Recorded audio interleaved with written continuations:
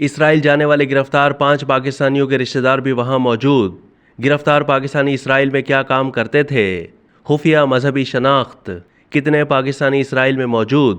اسرائیل جانے کی پاداش میں زیر تفتیش 5 پاکستانیوں کے حوالے سے معلوم ہوا ہے کہ اسرائیل میں ان کے قریبی رشتہ دار موجود ہیں، اور انہوں نے تفتیش کاروں کو بتایا ہے کہ انہوں نے اسرائیل میں اپنی مذہبی شناخت کو چھپایا تھا تاکہ انہیں کوئی نقصان نہ پہنچایا جا سکے۔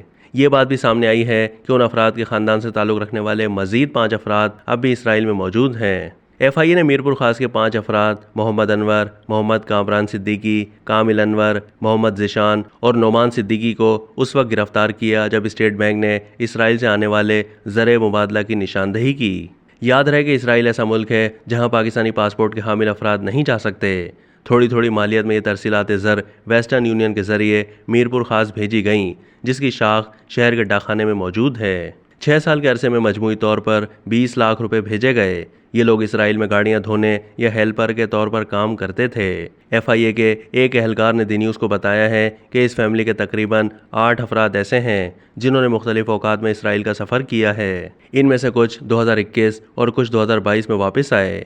ان میں سے 3 ضعیف اور بیمار ہیں۔ ایف آئی آر میں ان کے نام ظاہر نہیں کیے گئے۔ تفتیش کے دوران ان میں سے ایک نے اسرائیل میں رہنے والی ایک خالہ نامی رفقہ کے بارے میں انکشاف کیا ہے۔ یہ خاتون پاکستان سے تقریباً 40 سال پہلے اسرائیل ہجرت کر گئی تھی۔ اس کے والد نے ایرانی نژاد یہودی خاتون سے شادی کر لی تھی جس نے بعد میں اسلام قبول کر لیا۔ رفقہ کے 2 بھائی اور ایک بہن ہے جن کے نام محمد انور، محمد اسلم اور ستارہ ہیں۔ ایف آئی اے عہدیدار کے مطابق یہ تمام افراد پاکستانی ہیں جنہوں نے اسرائیل کا سفر کیا ہے اور ان کی عمریں 65 سال اور اس سے زیادہ ہیں۔ ستارہ کے شوہر عبد المجید صدیقی اور 2 بیٹے نعمان صدیقی اور کامران صدیقی بھی پاکستان آ چکے ہیں۔ اسرائیل سے نعمان اور کامران نے رقم بھیجی تھیں۔ ملزمان میں شامل ایک شخص کامل ہے جو انور کا بیٹا ہے، تاہم اب وہ اسرائیل واپس جا چکا ہے۔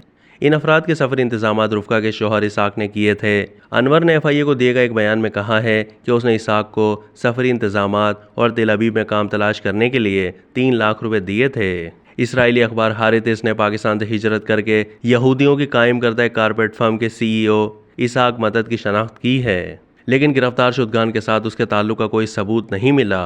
یہ واضح نہیں ہے کہ اسحاق فیملی بھی پاکستان سے اسرائیل گئی تھی یا کہیں اور سے۔ گرفتار شدگان نے اسرائیل میں اپنی مذہبی شناخت خفیہ رکھی۔ اب تک کے لیے اتنا ہی۔ مزید معلومات کے لیے ڈیلی جنگ کے یوٹیوب چینل کو سبسکرائب کیجیے۔